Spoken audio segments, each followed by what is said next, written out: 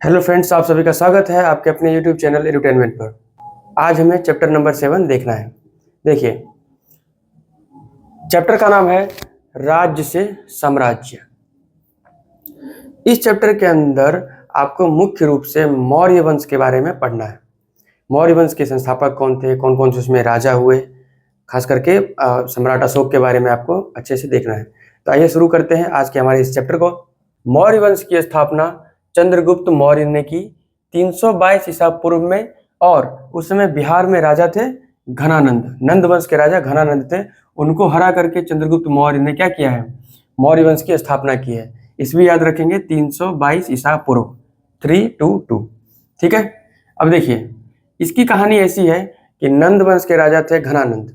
ठीक है। उनके दरबार में एक आप कह सकते हैं मंत्री थे। उनका नाम था चाणक्य, कौटिल्य, विष्णुगुप्त। इनका नाम आपने सुना होगा। तो उनको बेइज्जत करके वहां से भगा दिया जाता है, और फिर वो अपने मन में प्रण लेते हैं कि मैं इस राजा को इस गद्दी से हटा करके ही मानूंगा। और फिर वो धीरे धीरे तैयारी करते हैं। चंद्रगुप्त मौर्य को बचपन से ही वो शिक्षा देते हैं और तैयार करते हैं, और अंततः चंद्रगुप्त मौर्य जा करके अपने गुरु के अपमान का बदला लेता है और घनानंद को हरा देता है। ठीक है। तो इस प्रकार से ये नंद वंश की समाप्ति हो जाती है। घनानंद लास्ट राजा था, उसको हरा करके चंद्रगुप्त मौर्य मौर्य वंश की स्थापना कर देते हैं मगध के ऊपर।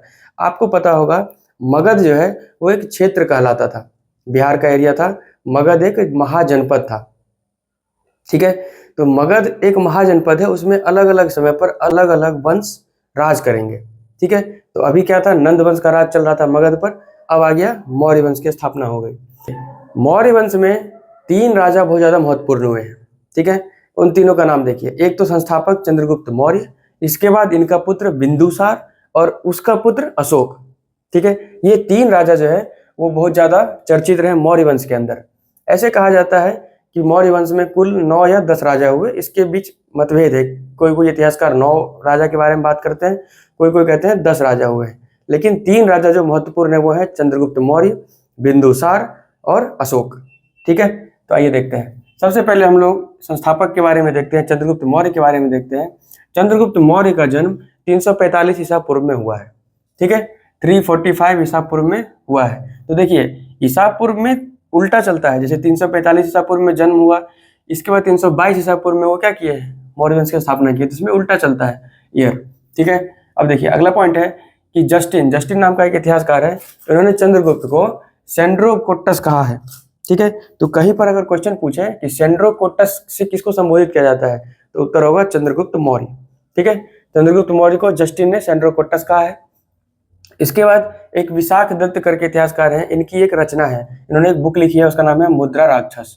विशाख दत्त की रचना मुद्रा राक्षस। इसमें चंद्रगुप्त मौर्य के लिए एक टर्म यूज किया गया, उसका नाम है वृषल। वृषल का मतलब होता है जो निम्न कुल में उत्पन्न हुआ हो, यानी कि छोटे कुल में उत्पन्न हुआ हो, उसके लिए वृषल वर्ड यूज किया गया है। तो अभी तक हम लोगों ने 2 टर्म देखा है, एक सेंड्रोकोटस और एक वृषल। दोनों चंद्रगुप्त मौर्य के लिए प्रयुक्त होता था। ठीक है। अब ये जो है चाणक्य, कौटिल्य, विष्णुगुप्त, अभी मैंने कहानी बताया कि घनानंद के दरबार में ये रहते थे। ठीक है। उसके दरबारी थे। तो इनको अपमानित करके उस दरबार से भगा दिया गया था। तो ये देखिए, चाणक्य, इनका नाम 3 नाम है, चाणक्य, कौटिल्य, विष्णुगुप्त। ठीक है। इनकी सहायता से ही चंद्रगुप्त मौर्य ने मौर्य वंश की स्थापना की थी। ठीक है। तो इन्होंने एक बुक लिखा, अर्थशास्त्र। बुक का नाम भले ही अर्थशास्त्र है, लेकिन इस बुक के अंदर जो चीजें लिखी है वो राजनीति से संबंधित चीजें।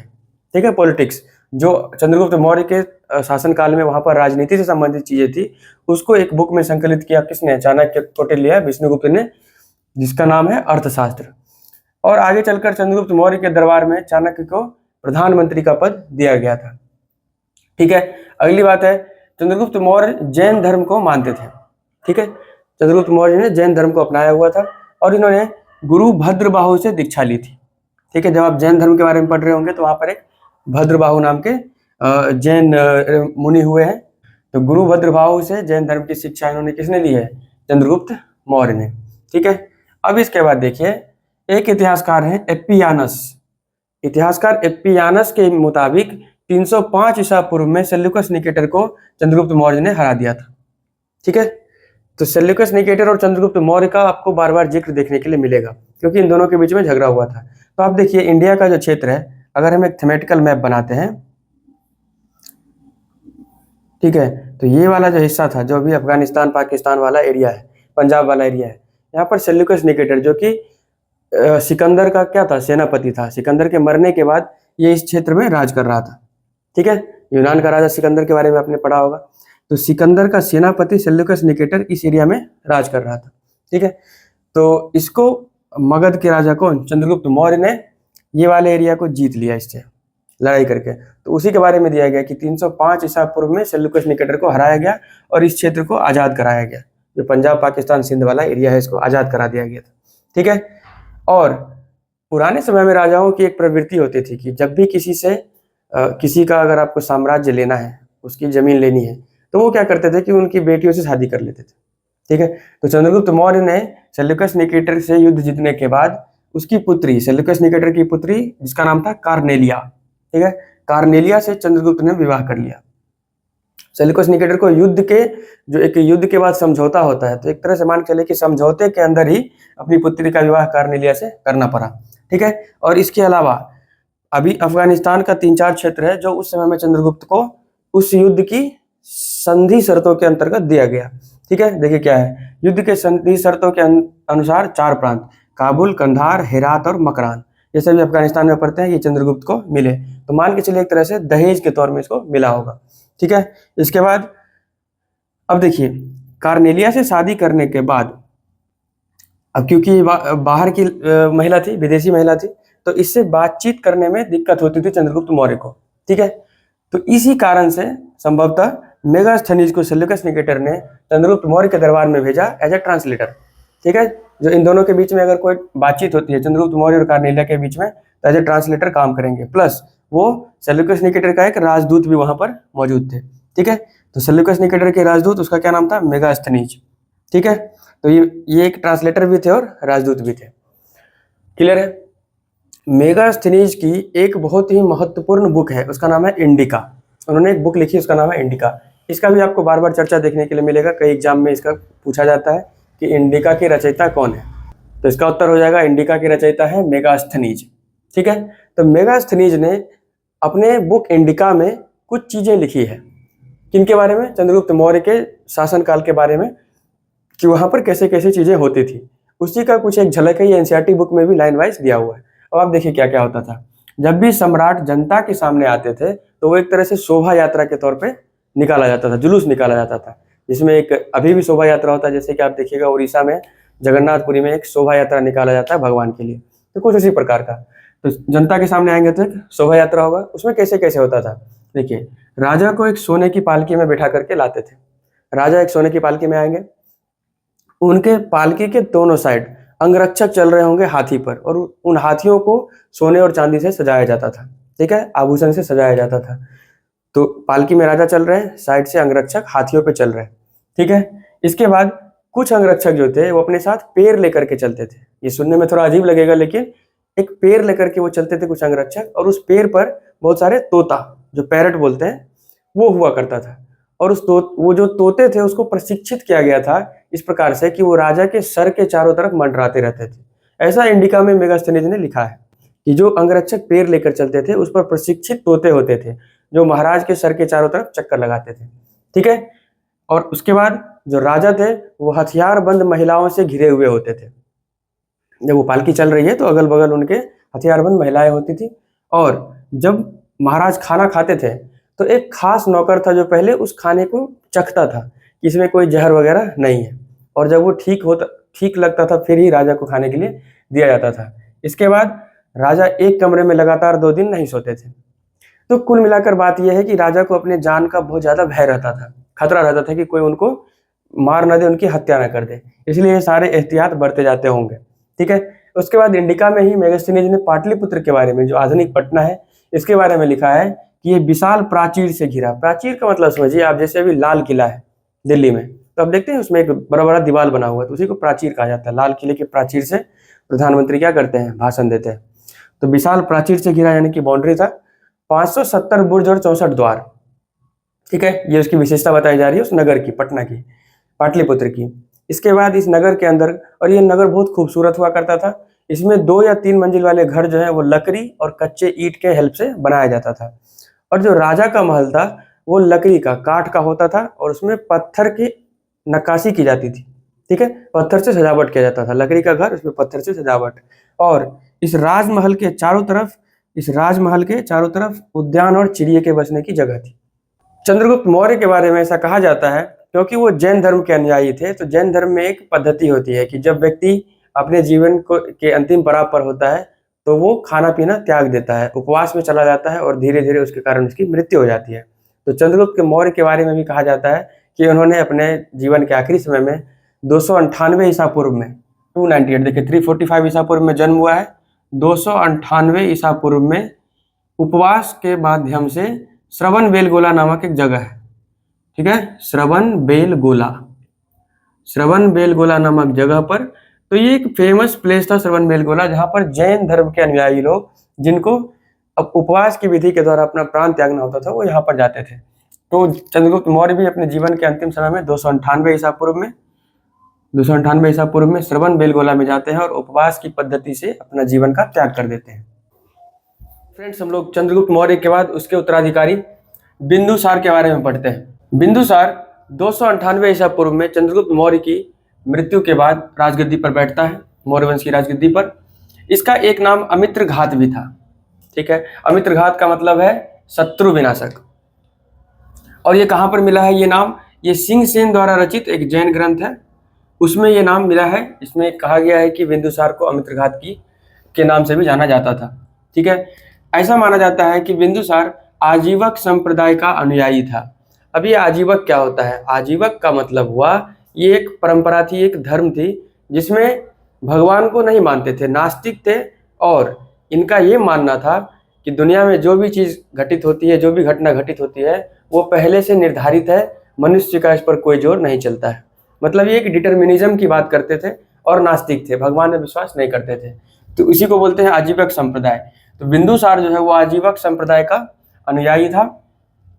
और इसका एक और नाम था भद्रसार या वारिसार। ये वायु पुराण में ऐसा लिखित है कि बिंदुसार को भद्रसार या वारिसार कहा जाता था। आजीवक संप्रदाय के बारे में एक बात और है कि आजीवक संप्रदाय की स्थापना मक्खली पुत्र गोसाल ने किया, ठीक है। इसकी जैसे महात्मा बुद्ध ने बौद्ध धर्म की स्थापना की, ऐसे ही आजीवक संप्रदाय की स्थापना किसने किया है? मक्खली पुत्र गोसाल। इसको मछली पुत्र भी कहा जाता है, ठीक है। इसके बाद स्ट्रैबो एक इतिहासकार है, इनके द्वारा एंटियोकस एक सीरिया का राजा था। सीरिया जो भी आप जानते हैं अरब में है, अरब कंट्रीज में। तो एंटियोकस जो सीरिया का राजा था, इसने अपना एक राजदूत भेजा था बिंदुसार के दरबार में, जिसका नाम था डायमेकस। और डायमेकस को चंद्रगुप्त मौर्य के दरबार में याद करिए कौन थे? मेगास्थनीज थे, सेल्यूकस निकेटर के राजदूत। उसी का उत्तराधिकारी, मेगास्थनीज का उत्तराधिकारी माना जाता है किसको? डायमेकस को, जिसको किसने भेजा था? एंटियोकस सीरिया का राजा। तो समझिए, चंद्रगुप्त मौर्य के दरबार में सेल्यूकस निकेटर ने मेगास्थनीज को भेजा और उसके बाद मेगास्थनीज के उत्तराधिकारी के तौर पर डायमेकस को भेजा किसने? एंटियोकस, जो कि सीरिया का राजा था, ठीक है। इसके बाद बिंदुसार के समय मौर्य वंश के अंदर मगध में 2 विद्रोह हुए। तक्षशिला में 2 विद्रोह हुए, ठीक है। तक्षशिला का जो पार्ट है वो भी आप देखेंगे ध्यान से, तो अफगानिस्तान पाकिस्तान वाला एरिया है, वो वाला एरिया तक्षशिला में पड़ता है। तक्षशिला में 2 विद्रोह हुए। दोनों विद्रोह को दबाने के लिए 2 राजकुमार को भेजा गया। एक था सुसीम, पहले इनको भेजा गया। सुसीम ने अच्छे से काम नहीं किया, सुसीम विफल रहे। उसके बाद फिर अशोक को भेजा गया और अशोक ने विद्रोह को दबा दिया, ठीक है।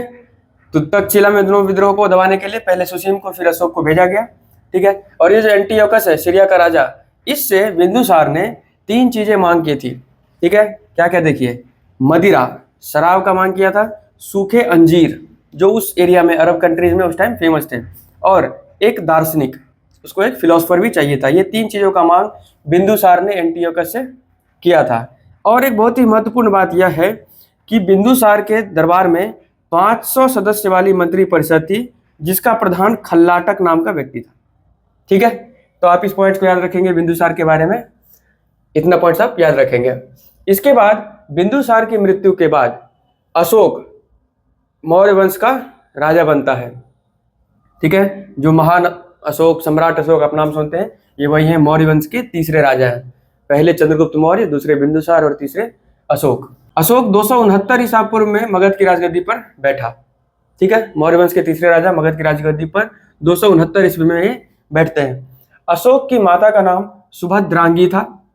कर्नाटक राज्य के गुलबर्गा जिला में कनगनहल्ली नामक जगह है, यहाँ पर एक उभारदार मूर्ति शिल्प मिला है जिसको रिलीफ स्कल्पचर भी कहा जाता है। इस उभारदार मूर्ति शिल्प पर लिखा हुआ है रान्यो अशोक। ठीक है, अशोक का एक चित्र बना हुआ है और उस पर लिखा हुआ है रान्यो अशोक, यानी कि राजा अशोक। और अशोक का एक नाम और था, अशोक वर्धन। ठीक है, ये पुराणों में मेंशन है। अशोक का दूसरा नाम अशोक वर्धन भी था। और राजा बनने के 8 साल बाद, देखिए 269 में राजा बने हैं, 8 साल बाद 261 ईसा पूर्व में कलिंग पर आक्रमण करते हैं और कलिंग की राजधानी तोसली पर कब्जा कर लेते हैं। और इसी कलिंग पर आक्रमण के दौरान जब इन्होंने इतना ज्यादा खून खराबा देखा तो इनका हृदय परिवर्तन हो गया और इसके बाद इन्होंने बौद्ध धर्म अपनाने का सोचा। ठीक है, तो इसी कलिंग पर आक्रमण करने के बाद ही इनका हृदय परिवर्तन हो गया था, उतना ज्यादा खून खराबा देखने के बाद। इसके बाद अशोक का मानना था कि जब युद्ध होता है तो निर्दोष लोग ज्यादा मारे जाते हैं, जिसका कोई पॉइंट नहीं होता है। ठीक है, तो उसके बाद ये बौद्ध धर्म को अपनाने का मन बनाते हैं और बौद्ध धर्म को अपनाने के लिए एक बौद्ध भिक्षु थे उपगुप्त। ठीक है, मॉन्क थे उपगुप्त, इससे इन्होंने बौद्ध धर्म की दीक्षा ली। ठीक है, उपगुप्त से दीक्षा लिया। ऐसा माना जाता है कि बौद्ध धर्म अपनाने से पहले अशोक जो है वो एक ब्राह्मण थे, ब्राह्मण धर्म को मानते थे। ऐसा कहाँ पर लिखा हुआ है, देखिए कल्हन नाम के एक लेखक है, कल्हन के द्वारा लिखी गई किताब राज तरंगिनी। कहीं पर क्वेश्चन पूछे कि राज तरंगिनी किसने लिखा है, तो उसका उत्तर होगा कल्हन। कल्हन के द्वारा रचित राज तरंगिनी में ऐसा कहा गया है कि अशोक शैव उपासक थे, भगवान शिव की पूजा करते थे, लेकिन आगे चल करके वो उन्होंने कौन सा धर्म अपना लिया, बौद्ध धर्म अपना लिया। ठीक है, अब देखिए अशोक बहुत ज्यादा चर्चा में इसलिए भी रहते हैं क्योंकि इनके बहुत सारे शिलालेख मिले हैं। भारत में शिलालेख का जो प्रचलन है वो सम्राट अशोक के द्वारा ही शुरू किया गया था। अशोक के बहुत से शिलालेख मिले हैं। अशोक के शिलालेखों की संख्या है 14 शिलालेख अभी तक मिले हैं। ठीक है, जिसमें से सबसे लंबा शिलालेख है 7वां शिलालेख। एक्चुअली करते क्या थे कि सम्राट अशोक जो भी कुछ काम करते थे तो उसको शिलालेख पर लिखवा करके छोड़ देते थे ताकि जनता उसको पढ़ सके, जनता के भाषा में लिखते थे, पढ़ सके और भविष्य में भी उसको देखा जा सके। तो जो इनका सब 14 शिलालेखों में सबसे लंबा शिलालेख है वो 7वां शिलालेख है। और इस शिलालेख में क्या लिखा हुआ है कि जब ये तीर्थ यात्रा पर गए थे, तीर्थ यात्रा का उल्लेख इन्होंने इस 7वें शिलालेख में किया है। सबसे छोटा स्तंभ लेख रुम्मी देई है। आपको ये पॉइंट याद रखना है कि सम्राट अशोक के मिले शिलालेखों में सबसे छोटा स्तंभ लेख जो है उसको क्या कहते हैं, रुम्मी देई। और इस तीर्थ यात्रा के दौरान जब वो लुम्बिनी नामक जगह पर जाते हैं तो वहां पर बौद्ध धर्म के प्रभाव में आकर के ये क्या करते हैं कि उस एरिया को जहां पर महात्मा बुद्ध का जन्म हुआ था वहां का जो टैक्स था, कर था, उसको 1/8 कर देते हैं। ठीक है, और मैंने बता दिया लुम्बिनी में इन्होंने भू राजस्व को 1/8 कर दिया था। अब अशोक के जो शिलालेख है इनको ढूंढा कब गया और पढ़ा कब गया, इसके बारे में देखिए। अशोक के शिलालेखों को सर्वप्रथम पाद्रेटी फेंथेलर ने खोजा था 1750 ईस्वी में। ठीक है, 1750 में पाद्रेटी फेंथेलर ने खोजा और 1837 ईस्वी में जेम्स प्रिंसेप ने पहली बार सफलतापूर्वक शिलालेख को पढ़कर दिखाया, उसको समझा। ठीक है, तो खोजकर्ता पाद्रेटी फेंथेलर और पढ़ने वाले पहले कौन थे, जेम्स प्रिंसेप। ठीक है, इसके बाद आजीवकों के लिए, अब चूंकि ये बौद्ध धर्म को अपना रहा है, लेकिन आजीवकों के लिए ये बराबर की पहाड़ी में 4 गुफा बनवाते हैं। ठीक है, तो देखिए चारों गुफाओं का नाम था कर्ज, चौपार, सुदामा और विश्व झोपड़ी। ठीक है, तो ये 4 झोपड़ी किसको देते हैं दान में, आजीवकों के लिए। एक बिंदु और देखिए कि अशोक जब मगध की राजगद्दी पर बैठते हैं तो उस समय वो अवंती के राज्यपाल थे। आपने बाहुबली मूवी देखा होगा, उसमें जो देवसेना होती है वो कहाँ की राजकुमारी थी, अवंती की राजकुमारी थी। तो ये उज्जैन वाला एरिया है, माहिष्मती वाला एरिया है। ठीक है, तो यहाँ का ये राज्यपाल थे। मौर्य साम्राज्य में ये सिस्टम होता था कि पाटलिपुत्र में राजा बैठेंगे और बाकी 2-3 जगह और राजधानी बना करके रखते थे ताकि बहुत बड़ा क्षेत्र था उसको कंट्रोल करने के लिए। तो बाकी जगह जो प्रमुख प्रमुख केंद्र होता था वहां पर राज्यपाल के तौर पर राजकुमारों को भेजा जाता था। तो अशोक राजकुमार थे, इनको अवंती का राज्यपाल बनाया गया था। और जब बिंदुसार की मृत्यु होती है तो इनको बुला करके फिर पाटलिपुत्र में राजा बनाया जाता है। देखिए सम्राट अशोक ने बौद्ध धर्म के प्रचार प्रसार के लिए अपने पुत्र महेंद्र और पुत्री संघमित्रा को श्रीलंका भेजा। ठीक है, तो बौद्ध धर्म से इतना ज्यादा प्रभावित थे कि उन्होंने अपने पुत्र पुत्रियों को भी इस धर्म के प्रचार प्रसार में लगा दिया। इसके अलावा 3 देश और हैं, सीरिया, मिस्र और ग्रीस, यहाँ भी इन्होंने अपने राजदूत भेजे बौद्ध धर्म के प्रचार के लिए। बौद्ध धर्म के प्रचार के लिए राज्य के अंदर उन्होंने एक ऑफिसर की नियुक्ति की जिसका नाम था धम्म महामात्य। ठीक है, तो ये धर्म के प्रचार के लिए होते थे धम्म महामात्य, इसको राजा अशोक ने नियुक्त किया था। इसके बाद देखिए, जो अशोक के शिलालेख और स्तंभलेख मिले हैं ये 3 लिपि में मिले हैं। एक है ग्रीक एवं अरमाइक लिपि, जो कि अफगानिस्तान वाले एरिया में जितने भी शिलालेख मिले हैं वो किस में मिले हैं, ग्रीक और अरमाइक लिपि में। और खरोष्टी लिपि पाकिस्तान शाहबाजगढ़ी और मनसेहरा नामक जगह, यहाँ से जो भी लेख मिले हैं वो खरोष्टी लिपि में लिखे हुए हैं। और भारत के अंदर ब्राह्मी लिपि में चीजें लिखी हुई मिली है। खरोष्टी लिपि की विशेषता है कि ये दाईं से बाईं ओर लिखी जाती है, उल्टा। ठीक है, दाईं से बाईं ओर। तो देखिए अलग अलग लिपि में लिखे होने का क्या कारण है। सम्राट अशोक का मानना था कि हम जो भी लिख रहे हैं वो जनता के लिए लिख रहे हैं, तो जनता को समझ में आना चाहिए, इसलिए वहाँ के लोकल लैंग्वेज में ही लिखा जाता था ताकि लोगों को अच्छे से समझ में आए। ठीक है, इसके बाद बिहार के रामपुरवा में एक मौर्य काल का स्तंभ का कुछ हिस्सा मिला है। ठीक है, इसमें क्या था, इस स्तंभ में एक बैल का चित्र बना हुआ था। ठीक है, पॉलिश किया हुआ एक बैल का चित्र है। तो ये कहाँ पर मिला है, बिहार के रामपुरवा में। ठीक है, और देखिए बिहार में 2-3 जगह और है जहां से शिलालेख मिले हैं। एक तो हो गया रामपुरवा, एक है अरिराज और एक है लौरिया नंदनगढ़। ठीक है, तो ये 2-3 प्लेसेस है जहां पर से मौर्यकालीन अवशेष मिलते हैं। ठीक है, अब देखते हैं मौर्य साम्राज्य का प्रशासन। ठीक है, प्रशासन की सबसे छोटी इकाई ग्राम थी। जैसे अभी हम लोग का प्रशासन का इकाई कैसा है, गांव है, गांव के अंदर और वार्ड है।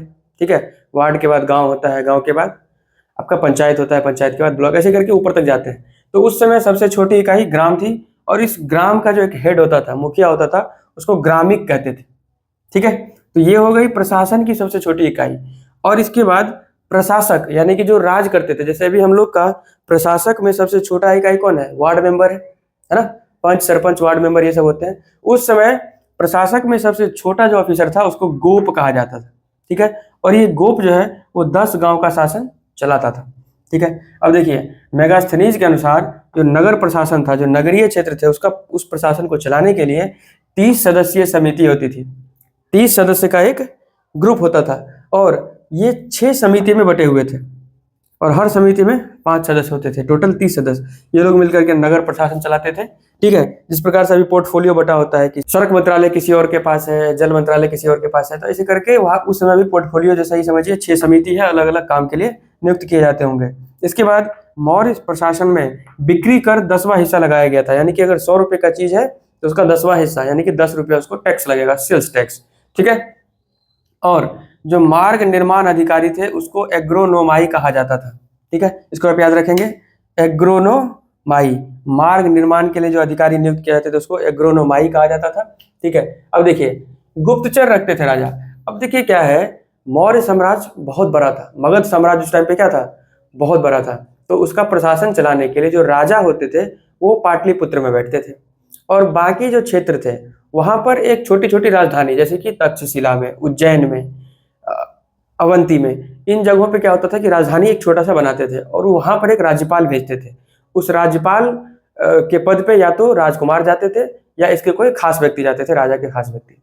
ठीक है, तो देखिए तो क्या होता था कि इन सब पर भी नजर रखने के लिए राजा एक गुप्तचर रखते थे, यानी कि इनके जितने भी ऑफिसर्स थे उस पर नजर रखने के लिए गुप्तचर रखते थे। प्लस राज्य के चारों तरफ क्या चल रहा है, कोई आक्रमण वगैरह होना है तो गुप्तचर विभाग होता था उसके लिए। ठीक है, और जो गुप्तचर विभाग में काम करते थे उनको गूढ़ पुरुष कहा जाता था। जो एक ही स्थान पर रहकर और खुफिया काम कर रहे हैं उनको संस्था कहा जाता था। ठीक है, ऐसे व्यक्तियों को संस्था कहा जाता था। और जो घूम घूम करके स्पाई का काम, गुप्तचर का काम करते थे उसको संचार कहा जाता था। ठीक है, उस समय जनपदीय न्यायालय के न्यायाधीश को राजुक कहा जाता था। आप जानते हैं जनपद, महाजनपद ऐसे करके होता था। जो जनपद का न्यायालय था उसके न्यायाधीश थे राजुक। जो सरकारी भूमि थी, जो सरकार की जमीन थी, उसको सीता भूमि कहा जाता था। ठीक है, मौर्य काल में अनाज को मापने के लिए द्रोण नामक पद्धति इस्तेमाल की जाती थी। जैसे अभी हम लोग किलो वगैरह यूज करते हैं, वहां द्रोण यूज होता था। ठीक है, उसमें मेगास्थनीज ने भारतीय समाज को 7 वर्गों में विभाजित किया है। ठीक है, एक में पूछा जाए कि भारतीय समाज को कितने वर्गों में, तो 7 वर्गों में। स्वतंत्र वेश्यावृत्ति को अपनाने वाली महिला को रूपा जीवा कहा जाता था। मौर्य शासन 137 सालों तक चला। देखिए कब इसकी स्थापना हुई थी, 322 ईस्वी में। ठीक है, और खत्म हो गया 185 ईसा पूर्व में। 322 ईसा पूर्व और 185 ईसा पूर्व में खत्म। तो 137 सालों तक चला। इसके अंतिम शासक थे बृहद्रथ। कई जगह पर ऐसा माना जाता है कि मौर्य शासन में, मौर्य वंश में 10 राजा हुए और कई जगह पर 9 राजा हुए। तो ये मतभेद है इतिहासकारों में, 9 या 10 राजा हुए इसमें, जिसमें अंतिम शासक है बृहद्रथ। ठीक है, इस बृहद्रथ का एक सेनापति था पुष्यमित्र शुंग। पुष्यमित्र शुंग ब्राह्मण था एक, ठीक है, ये एक ब्राह्मण था और इसने क्या किया, अपने राजा की हत्या करके और मगध पर शुंग वंश की स्थापना कर दी। पुष्यमित्र शुंग ने कौन सी स्थापना की, शुंग वंश। ठीक है, तो इस प्रकार से मौर्य शासन खत्म हो जाता है 185 ईस्वी पूर्व में। ठीक है, इसके बाद एनसीईआरटी बुक में एक ये डिफ्रेंशिएट करके दिया गया है कि नजराना और कर, इन दोनों में क्या डिफरेंस है। देखिए, दोनों में यही है कि संसाधन इकट्ठा किया जा रहा है। कर जो था, इन दोनों में संसाधन लिया जाएगा प्रजा से, ठीक है, लेकिन जो कर है ये क्या होता था कि जबरदस्ती लिया जाता था। अगर आपको इच्छा नहीं भी है तब भी कर देना पड़ेगा। तो ये क्या था, मैंडेटरी था, अनिवार्य था, कर आपको देना ही देना है। ठीक है, जबकि नजराना जो था वो स्वेच्छा से देते थे लोग। ठीक है, इसमें कोई फोर्स नहीं होता था, बाय फोर्स नजराना नहीं लिया जाता था। ठीक है, तो दोस्तों इस प्रकार से हमारा चैप्टर नंबर 7 कंप्लीट हो जाता है। उम्मीद करते हैं आपको समझ में आया होगा। आप इस वीडियो को 1 से 2 बार देखिए, आपको याद हो जाएगा और इसके बाद बुक को अवश्य पढ़ें। एक बार फिर से आप सभी का धन्यवाद हमारे चैनल से जुड़ने के लिए। मिलते हैं अगले वीडियो में, तब तक के लिए गुड बाय।